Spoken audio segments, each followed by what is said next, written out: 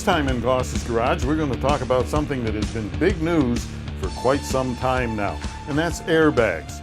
We all know about the Takata airbag problem and how it is killing people and so on. Of course, it's a small percentage of people at this point, but you know, people are getting killed.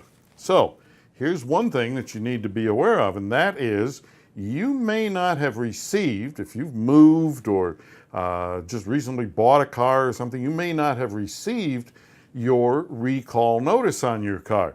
So if you have a car, a Honda or anything else that might use a Takata airbag in it, you need to find out if your car is under recall. You can do that a number of ways. First, Carfax.com or safercar.gov, and then there are other sites, but those are two primary ones that will tell you about the airbags in your cars and whether or not they're under recall. All right, so we need to get that taken care of because it is really dangerous. Don't put it off because you never know when you're going to have an accident. All right, now, most of you, as I understand it, don't have a good knowledge of what an airbag actually is. And here we have an actual airbag that we've taken apart out of a car. And this is the part that would face you when the airbag deploys. Now we look at the back of this, and what we see back here is we have a center opening. This is where the control unit and the explosive and everything, all of that would be in this area right here. So that when this goes off, the air is forced out into the airbag, and that's what makes it expand. Now, a couple of things. First, make sure that you read your owner's manual regarding where you should be seated in the car. In other words, if your seat is too far forward or something like that, the airbag may not work properly, or it may hurt you as it deploys. Second thing is, there's going to be, in a lot of cases, instructions where your hands should be on the steering wheel. And the reason for that is that these are vent holes in the airbag. Now, once all of this hot gas from the explosion goes into the airbag, well, it has to go out because the airbag has to relax. Well, that's what these holes are for. And if your hands are in the wrong position, there's a good possibility you could get some minor burns. But minor burns are better than getting seriously hurt. All right, so that's the airbag.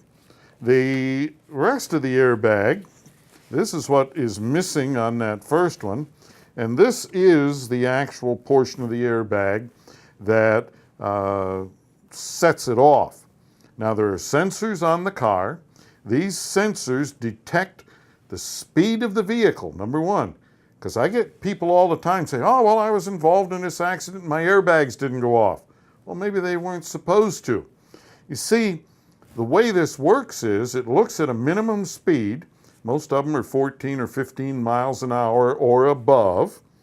Second is the rate of deceleration. There are sensors on the car that measure how rapidly the car is decelerating, and it sends that information to the car's computer, and the car's computer triggers the airbag if it meets the criteria. All right, now, what's in the news are Takata airbags. Now, this is not a Takata airbag.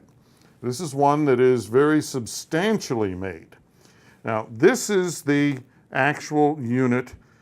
Inside this is a little chamber with explosive in it. And when this went off, that explosion caused pressure to come out these holes around it, and that's what inflated the airbag. Now, on the Takata airbag, instead of being relatively heavy like this, it's more like stamped steel or something like that. It's much lighter weight than this. And over time, the explosive material is becoming more aggressive so that it becomes more of a rapid explosion instead of this normal explosion and I don't know that those are the right words to use for it, but think of it as something being very fast as opposed to being slower and more controlled. So it shreds this part right here, and those pieces of that shredded metal come flying out, and they come right through the airbag, right through the surface of the airbag, and they may hit you. Now the problem here is that these things, they can be very dangerous. There's no way to avoid it when it happens, because all of this is happening at hundreds of miles per hour, and you know, pieces flying around inside the car, little shards of sharp metal.